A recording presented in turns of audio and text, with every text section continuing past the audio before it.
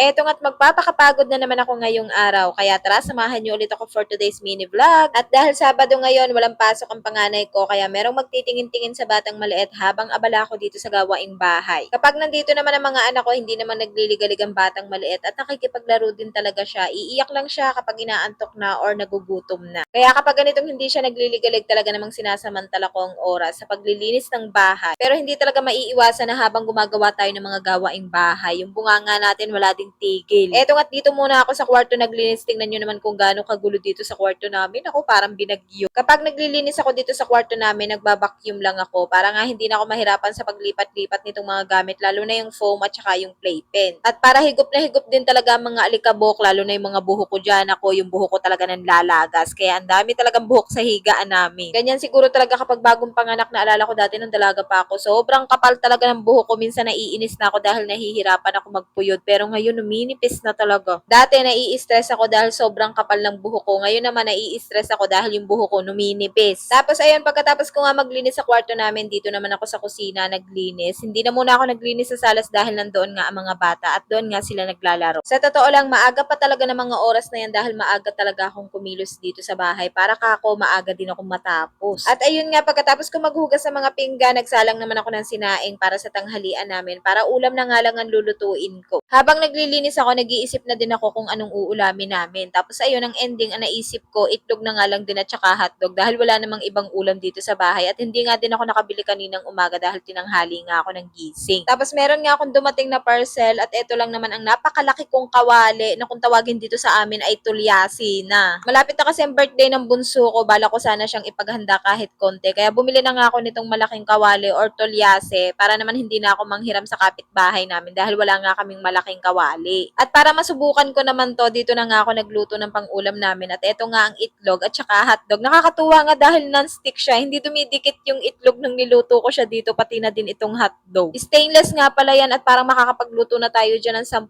kilong karne at saka 4 na kilong pansit. Siguro sa spaghetti, mga 3 kilo lang. Malaki na, malalim pa, kaya talaga namang madami-dami tayong maluluto dyan. Tapos, pwede pa siguro tayo magluto ng may sabaw dyan dahil malalim nga. Yun nga lang, wala siyang takip. Kailangan ko pa siyang bilhan ng takip. At ayun nga, pagkatapos ko magluto, naglinis naman ako dito sa CR namin. Pagkatapos ko maglinis, kumain naman kami ng mga bata. Pagkatapos ko maglinis ng CR, naglinis naman ako ng katawan ko. Tapos eto nga't naglinis na ako dito sa salas. Pinalabas ko na nga muna ang mga bata. Sabi ko doon na muna sila maglaro sa labas. Hindi naman sa as in labas, dito lang sa may garahe namin. Doon ko muna sila pinatambay dahil nakapaglinis na din naman ako doon. Kaya eto naman salas ang nilinis ko. At kapag ganito talaga naglilinis ako dito sa salas tapos iisod ko yung mga gamit, meron talaga mga gamit na nawawala na hindi makita tapos kung kailan hindi hinahanap saka lumalabas. Kagaya na lang ng mga suklay. Naku, napakadami na talaga naming suklay dito sa bahay. Eto nga't malinis na ulit ang buong bahay pero ilang segundo lang makalat na ulit dyan. Asahan nyo na yan dahil merong bata dito sa bahay. Hindi talaga maiiwasan.